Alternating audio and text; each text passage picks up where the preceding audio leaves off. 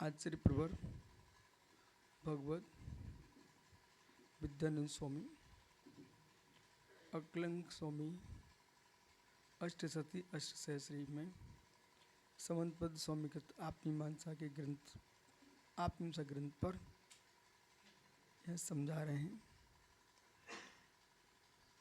टीकाएं तुम्हारे जीवन पर न हो, तुम्हारे ग्रंथों पर टीकाएं करें, ऐसे निर्ग्रंथ बनो। टीकाएं टिप्पणियां ना हो, तुम्हारे जीवन पर, तुम्हारे कृत्यों पर, कृतत्व पर लोग टीकाएं लिखें, ऐसा जीवन में बनो। अमूल समय तुम्हारे पास, अभूतपूर्व समय है। आप सब जिनेंद्र के शासन के एक एक स्तंभ हो। सब हम बहुत खुश रहते हैं अकेले में, पता आपको, आप सबको देख करके कि हम ऐसी सुंदर पीढ़ी बन रही है, ये अरंत के शासन को जयवंत करेगी सदियों तक। बेटा एक साधु मिले तरसते लोग, तुम एक उम्र के सब। एक श्रावक अभी एक दिन आया, बोला क्या समोषण लग रहा, आनंद आ गया, है ना। तो अब यहाँ कह रहे ननु, बौद्ध दर्शन कह रहा है कि आप जो है, जो निर्विकल्प है उसमें ही स्मृति प्रमाण बना लीजिए आप। तो किसमें? निर्विकल्पघात अपि अच्छ ज्ञानाभ्यास प्रकरणम बुद्धि पार्थत्व वसाद दृश्य जातीय स्मृति युक्ता सविकल्प प्रत्यक्षाधिपत्य भावे तद अनुपत्ति। तो प्रति उपन्यस्तम सकल वर्णादिक्त स्वश्वास संख्या वद्वा। ये प्रश्न कर रहे हैं जैन दर्शन से। कौन? बौद्ध दर्शन, इनकी शंका है। और कौन प्रश्न कर रहा है? प्रज्ञाकर ननु। नंबर 8। आहा सुगता हे स्याद्भादिनः। सुगत कहता है हे स्याद्भादी, अस्मात् उपगमात्, हमारे यहाँ जो प्राप्त हुआ निर्विकल्पादि इंद्रिय ज्ञान, जो निर्विकल्प इंद्रिय ज्ञान आदि। प्रभाकर कह रहा है जो निर्विकल्प इंद्रिय ज्ञान आदि है, इससे ही आप जो ना प्रत्यक्ष बना लीजिए, इसी से आप सारे विषय को ग्रहण कर लो। कैसे? बुद्धि पटवादि अच्छे ज्ञान से, निर्विकल्प भी अच्छे ज्ञान, इंद्रिय ज्ञान निर्विकल्प अच्छे ज्ञान से अभ्यास। क्या बोल रहे हैं? अभ्यास प्रस्तावा, अभ्यास और बुद्धि, ये बुद्धि की पटुता, बुद्धि की पटुता कुशलता आदि की बस से बसात दृष्ट सजातीय, और दृष्ट सजाति में, कैसे सजाति में स्मृति युक्ति है। समझ में आ रहा है क्या बोल रहे हो? जो बुद्धि है, इंद्रिय अभ्यास है, निर्विकल्प अभ्यास में ही स्मृति बन जाती है। अभ्यास, अभ्यास यानी संस्कार। अभ्यास के कहाँ ले जा रहे हो? संस्कार। तो संस्कार के बस, इंद्रियों के बस अभाव में भी स्मृति नहीं हो सकती। यदि हमने संस्कार का अभाव कर दिया और सविकल्प प्रत्यक्ष ज्ञान आदि नैयायिकों के यहाँ बोल रहे तद स्मृति जाति स्मृति युक्ता, तो विकल्प ज्ञान से तेषाम अभ्यास अभाव दृष्टि जाति। नीचे 3 नंबर का टिप्पण, तेषां अभ्यास आदि अभावे, अभ्यास आदि के भाव में तस् दृष्टम सजातीय स्मृति अभाव संभवात, सजाति में स्मरण का अभाव असंभव है। ठीक है ना? क्यों? वो निर्विकल्प है। नहीं, ये किन से बोल रहे? नहीं नहीं नहीं नहीं नहीं, आप देखो, बौद्ध दर्शन जैन से कह रहा है कि नैयायिक जो दर्शन है ना, तो नैयायिक दर्शन है, वो नैयायिक दर्शन जो है वो सविकल्प प्रत्यक्ष ज्ञानवादी न्यायिकों के यहाँ प्रत्यक्षवादी के द्वारा उपनिषद सकल वर्णादि के अभ्यास करके वह स्मृति नहीं हो सकती।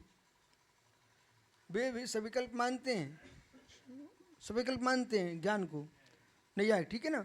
लेकिन जब तक अभ्यास नहीं करेंगे, वर्णादि का संस्कार नहीं डालेंगे आत्मा में, तो स्मृति कैसे आएगी? तुम हमें यहाँ भर रहे हैं ना। बौद्ध दर्शन कह रहा है जैन दर्शन से, जैसे नैयायिक हैं अभ्यास नहीं मानेंगे। आप भले सविकल्प मानते रहो, लेकिन अभ्यास मानोगे ना, तभी तो आप स्मृति प्रमाण बनाएंगे। अभी जैन उत्तर देने वाला है, वो ये बोल रहे हैं कि संस्कार, अभ्यास है नहीं संस्कार, हम स्मृति को कैसे बना लेते? हम स्मृति प्रमाण नहीं मानते। प्रज्ञा कर क्या बोल रहे हैं? हम स्मृति प्रमाण नहीं मानते, लेकिन अभ्यास के बल पर स्मृति हो जाती है, अपने आप हो जाती है। और न्यायिक दर्शन स्मृति मानता है, सविकल्प मानता है, लेकिन यदि वर्ण आदि का संस्कार नहीं डाला और अभ्यास नहीं किया तो स्मृति कैसे आ सकती है? ऐसा वो बोल रहे हैं। तो अच्छा लग रहा है ना उनका बोलना? लग तो अच्छा रहा ना। अच्छा, तो निर्विकल्प में अभ्यास के बस से, संस्कार के बस से स्मृति बना रहे हैं। स्मृति युक्ता सविकल्प प्रत्यक्षादि तदभावे तद अनुत्पत्ति, और सविकल्प में प्रत्यक्षादि होने पर तद अभावे संस्कार है। सविकल्प प्रत्यक्ष तद अवश्यपि कश्चित अभ्यास अभावे, कहीं अभ्यास के भाव में पुनः तद स्मृति नियमतम, स्मृति नियमित है। सिद्धम मतम यथा सिद्धा यथा, ये बौद्ध दर्शन कह रहा है ये सिद्ध है। सविकल्प प्रकल्पन प्रत्यक्ष फलवत, जो सविकल्प की जो कल्पना आप कर रहे हो ना, बौद्ध दर्शन कह रहा है कि स्मृति नियम सिद्ध नहीं है। किनके यहाँ सिद्ध नहीं है?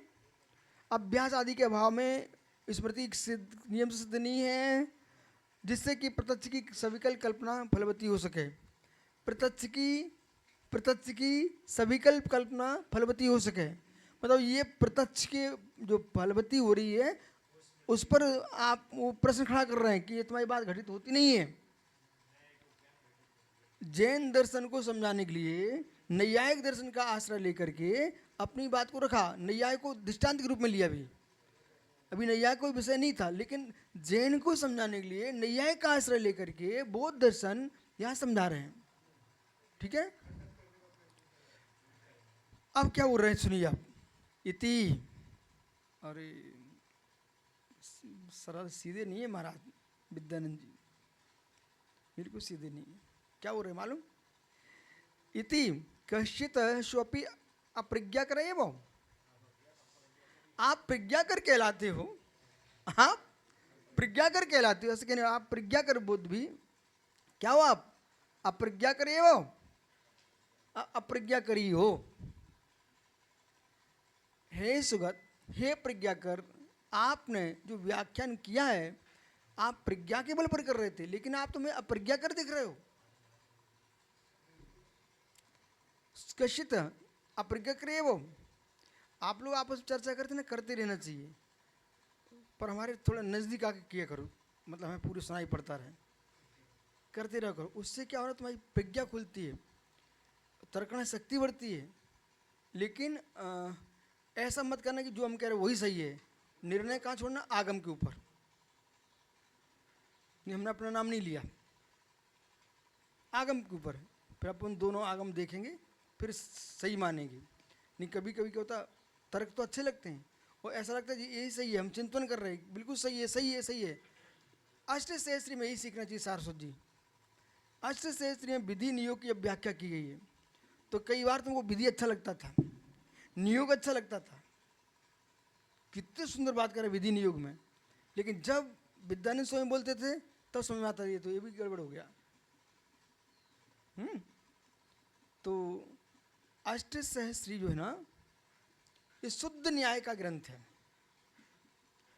अन्य धर्म ग्रंथों में वहाँ पर मिश्र रूप में न्याय की व्याख्या की जाती है। सभी ग्रंथों में न्याय की व्याख्या, आदि पुराण में न्याय की व्याख्या है, बहुत सुंदर व्याख्या है। कथानक के माध्यम से न्याय की व्याख्या करना सीखना है। अब आदि पुराण का जो पूर्व में आदिनाथ स्वामी थे ना, अतिबल महाबल आदि की पर्यायों में, उसमें एक जो अलग अलग दार्शनिक आए हैं, तो उसमें बड़ी सुंदर व्याख्या की गई हैं। सोमदेव सूर्य ने व्याख्या की है इस काव्य में। तो कश्चिता अप्रज्ञा करे वह सर्वथैक स्वभाव से प्रत्यक्ष क्वश्चित अभ्यासादीन इतरेशम च शकृत योगात। वो कह रहे हैं आप ऐसा बोल रहे हो ना, प्रत्यक्ष सर्वथा निरंतर रूप एक स्वभाव वाला और क्वचित नीलादि में अभ्यास आदि कश्चित सोपर का सर्वथैक का अभावस्य। 8 नंबर नीचे देखो, अभ्यास वसाद क्षण छाद में स्मृति होती तो स्याद बादभीर अपाय मानसो वयात्मक व्यासम प्रतिपादन सोगतम प्रति दूषणम आहु सर्वथेति। यदि आप ऐसा मानते ही हो कि संस्कार से निर्विकल्प में भी अभ्यास के बस पे स्मृति बनती है, तो सीधे सविकल्प में भी आप बना लो ना, संस्कार करके सविकल्प में बना लो ना, उसमें क्या तुमको दोष आ रहा है। प्रत्यक्ष सविकल्प क्वचित अभ्यास में इतरेशम तो सकृत योगात,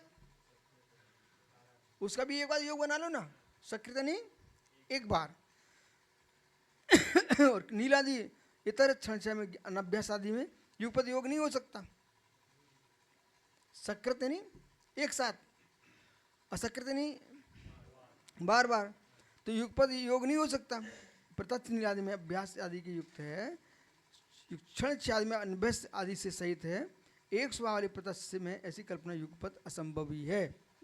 सार क्या निकला?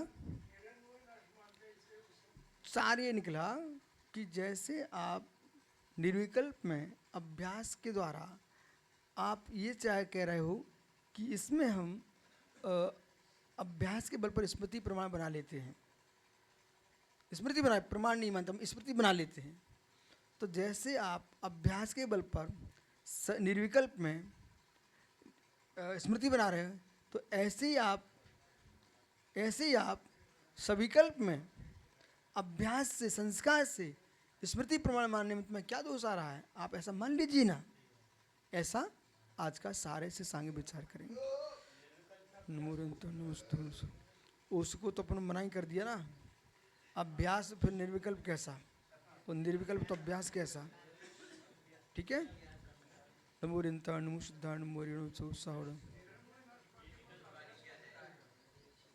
पौराणिक स्वाद भक्ति का, अपराणिक स्वाद संस्कृत भक्ति का